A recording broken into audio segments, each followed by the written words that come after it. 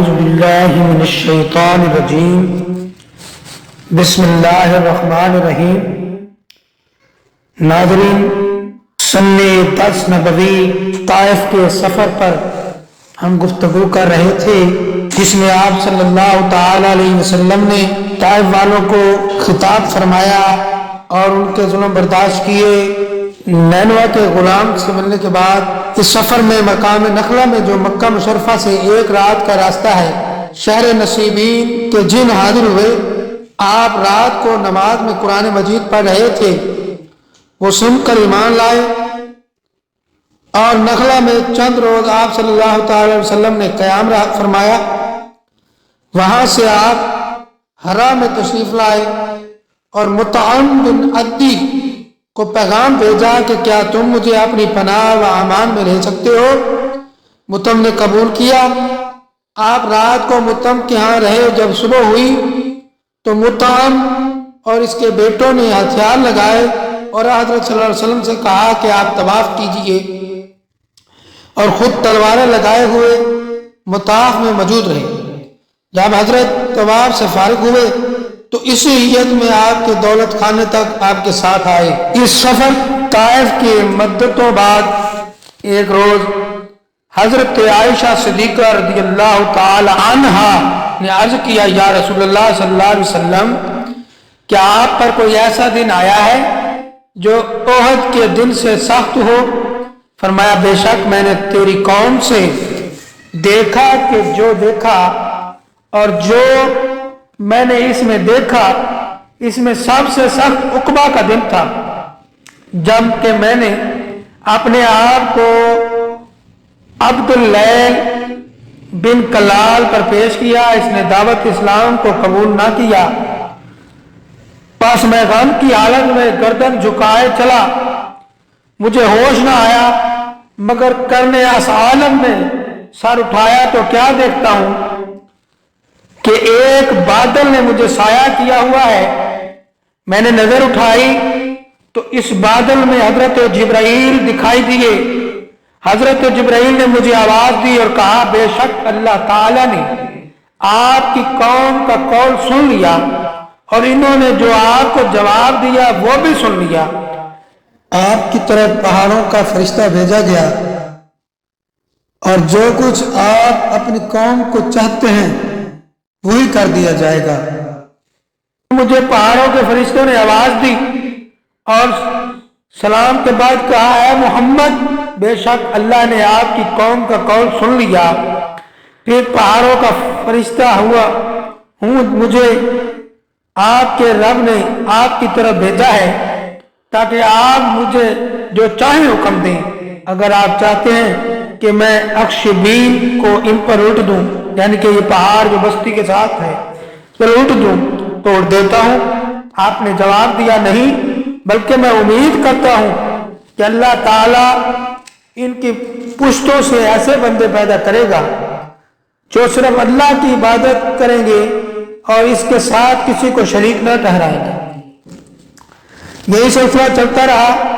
سن 11 تا 13 نبوی کا واقعہ بیان کر رہے ہیں آپ۔ حضور علیہ السلام کی عادت شریف تھی کہ ہر سال موسم حج میں تمام قبائل عرب کو جو مکہ اور نواح مکہ میں موجود ہوتے دعوت اسلام دیا کرتے تھے۔ اس عرض سے ان کے میلوں میں بھی تشریف لے جایا کرتے تھے۔ ان میلوں میں سے عکاظ و مجنہ اور ذی المجاز کا ذکر حدیثوں میں آیا ہے۔ عکاظ جو ان سب سے بڑا تھا، نخلہ و طائف کے درمیان طائف سے 10 میل کے فاصلے پر لگا کرتا تھا۔ یہ عرب کی تجارت کی بڑی منڈی اور شعراء کا دنگل تھا۔ ذی القعدہ کی پہلی تاریخ سے 20 تاریخ تک رہا کرتا تھا۔ پھر مجنہ، عمر و طہر ان کے مستحصل مکہ سے چند میل پر تھا، اخیر ذی القعدہ تک لگتا، اور ذی المجاز جو عرفہ کے متصل تھا ذی الحجہ کی پہلی تاریخ سے 8ویں تاریخ تک قائم رہتا۔ بعد ازاں لوگ حج کو نکلتے، حضرت صلی اللہ علیہ وسلم لوگوں کی ڈیروں پر جا کر تبلیغ فرماتے، مگر کوئی آپ کی نصرت کا دم نہ بھرتا تھا۔ عرب کے قبائل جن کے پاس حضرت باغرض تبلیغ تشریف لے گئے یہ ہیں بنو عامر، محارب، فزارہ، غسان، مرہ، حنیفہ، سلیم، عبس، بنو نصر، کنڈا، قلب، حارث بن قعب اور عزرہ اور ہزارمہ، ان سب کو آپ نے دعوت اسلام دی مگر کوئی ایمان نہ لایا۔ ابو لہب لعین ہر جگہ ساتھ جاتا، جب آپ کہیں تقریر فرماتے تو وہ برابر سے کہتا اس کا کہنا نہ مانو، یہ بڑا دروغ گو دین سے پھرا ہوا ہے۔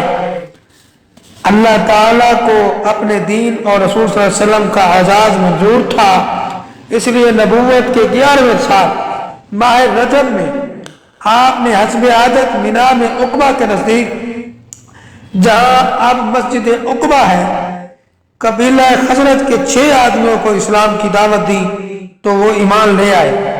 واضح رہے کہ مدینہ کا اصل نام یثرب تھا۔ بہت قدیم زمانہ میں یہاں قوم عمالقہ کے لوگ آباد تھے۔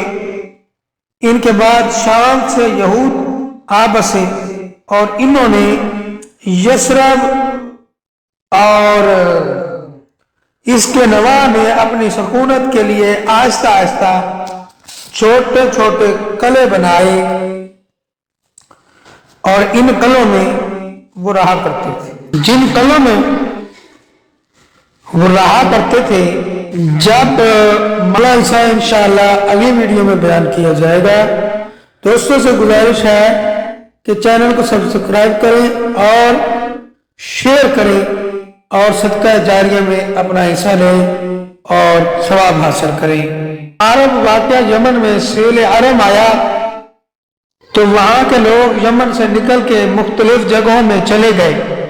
چنانچہ قبیلہ اسد بن غوث قحطانی کے 2 بھائی اوس اور خزرج یثرب میں آ بسے۔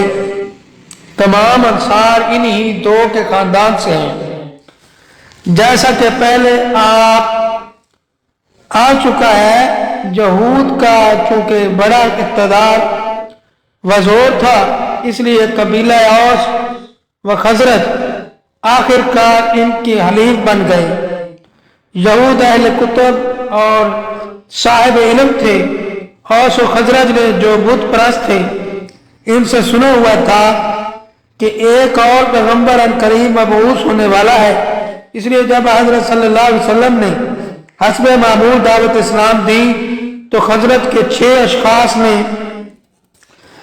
آپ صلی اللہ علیہ وسلم کے حالات پر غور کر کے ایک دوسرے سے کہا کہ واللہ یہ تو وہی ہے جن کا ذکر ہم نے یہود مدینہ سے سنا ہوا ہے، کہیں یہود ہم سے سبقت نہ لے جائیں، اس لیے وہ سب آپ پر ایمان لائے۔ انہوں نے مدینہ میں پہنچ کر اپنے بھائی بندوں کو اسلام کی دعوت دی۔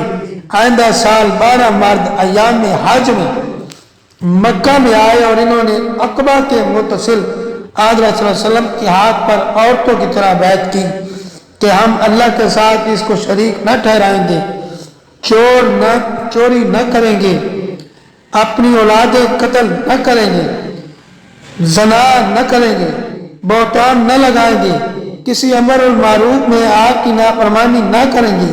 چونکہ عورتوں سے انہی باتوں پر بیعت ہوئی تھی، اس لیے بیعت مذکورہ کو عورتوں کی سی بیعت کہا گیا ہے۔ اس کو بیعت عقبہ اولا یعنی عقبہ میں اول مرتبہ بیعت بولتے ہیں۔